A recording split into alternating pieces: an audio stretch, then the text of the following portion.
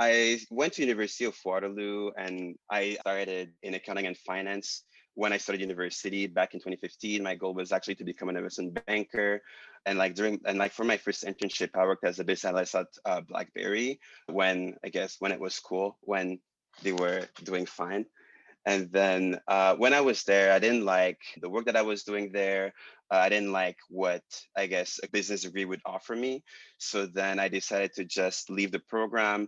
And most of my friends in Waterloo, they were all in like computer science and engineering, and they were all working on their like side projects and hackathons. And then that's when I kind of decided that like I wanted to like hack with them and like do projects with them. And then that's how I found design.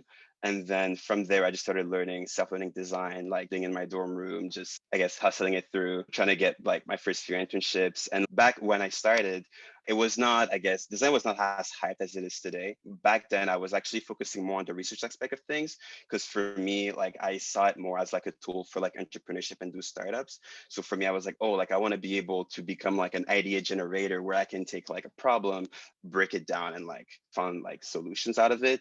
From there, like that led, I would say like a lot, like that led to like I started initially like in service design.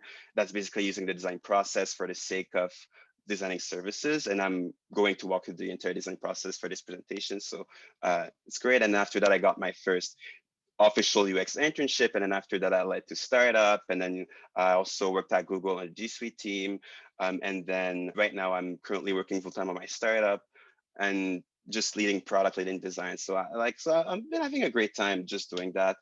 So right now I'll just like get started. So okay, there we go. So that was me for my like first internship. It was my first job. I was super happy. These were some of my coworkers, and like like when you get your first design internship, you're usually like super happy, you're super hyped to get started. A lot of like I know a lot of people when they get their first job, they message like all of their mentors and they try to like get as much advice as they can. But the thing is that when I got my internship on my first day, my manager actually presented me with this prompt: design a platform that will allow network operators to manage various licenses of ISPs. And I look at this and I was like, and what kind of hell did I get into? I I was so scared. That was literally me. I was like, yo, like I don't know what I'm doing here. And imposter syndrome started kicking in. And I was like, yo, like what is a network operator? Like what is that? Right. And like licenses for what? ISP? Like is there like what is an ISP? And by the way, like what does the company even do? Like I kind of don't know.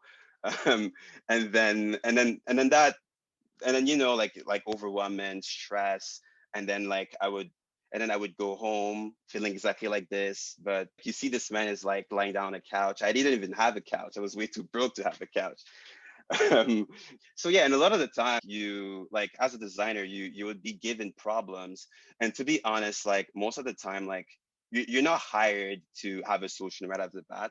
You're hired to go through a process to eventually find a solution.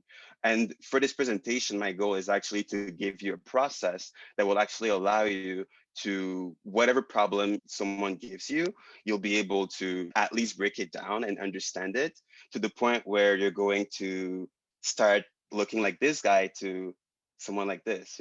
You're like you just got it. Like you know you're going to solve it. So now let's get started and like go.